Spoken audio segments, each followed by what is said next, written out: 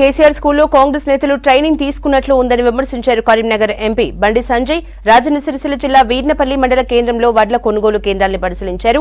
అకాల వర్షాలకు తడిసిన వడ్లన్నీ ప్రభుత్వం కొనాలని డిమాండ్ చేశారు. ఎన్నికల్లో లబ్ధి పొందేందుకే కాంగ్రెస్ 2 లక్షల రుణమాఫీ డ్రామాలు ఆడిందన్నారు.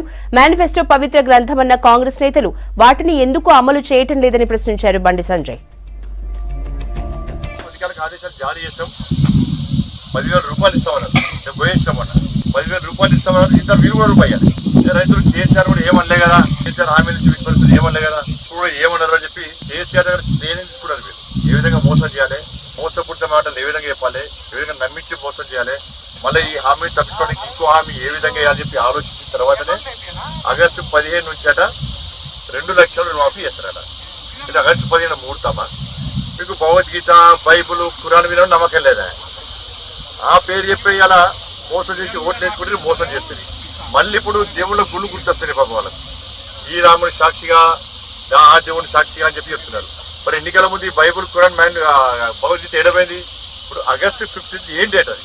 ఇలా జూన్ 4వ తారీఖు నాడు ఎన్నికల కౌంటింగ్ అయిపోతుంది. ఎన్నికల కోడ్ సవరిస్తారు.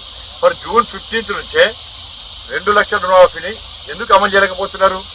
ఇవాళ తరుగుతాలు తేమపడితోని మీకు అదనంగా ఖర్చు ఎంత ఇస్తారో దాదాపు 700 కోట్ల రూపాయలు వస్తాయి. 700 కోట్ల రూపాయలు ఇవ్వ మీకు 5,700 కోట్ల రూపాయలు మీరు ఖర్చు పెట్టకుండా, రైతులు ఆదుకునే ప్రయత్నం చేయకుండా, భగవద్గీత, ఖురాన్, బైబుల్ అని చెప్పుకొని మోసం చేసి వీటికే పైసలు ఇవ్వడం అంటున్నప్పుడు మీరు ఆగస్టు 15 నుంచి రుణమాఫీ 2 లక్షల రుణమాఫీ చేస్తే 30,000 కోట్ల రూపాయలు ఖర్చు వస్తాయి. మరి ఏళ్ళు చేస్తే 30,000 కోట్ల రూపాయలు ఏ దేశం నుంచి పట్టుకొస్తారు? అంత ఏంటంటే జూన్ 4 తర్వాత స్థానిక సంస్థల ఎన్నికలు, సర్పంచ్, జెడ్పీటీసీ, ఎంపీటీసీ ఎన్నికలు పెడతారు. మళ్ళీ దాన్ని ఓట్లు వేసుకోవాలి. రైతులు తిరగబడుతున్నారు, రైతులు వ్యతిరేకిస్తున్నారు. కాబట్టి ఆ ఎన్నికల్లో మనకి గెలవాలంటే రుణమాఫీ పేరు చెప్తాను.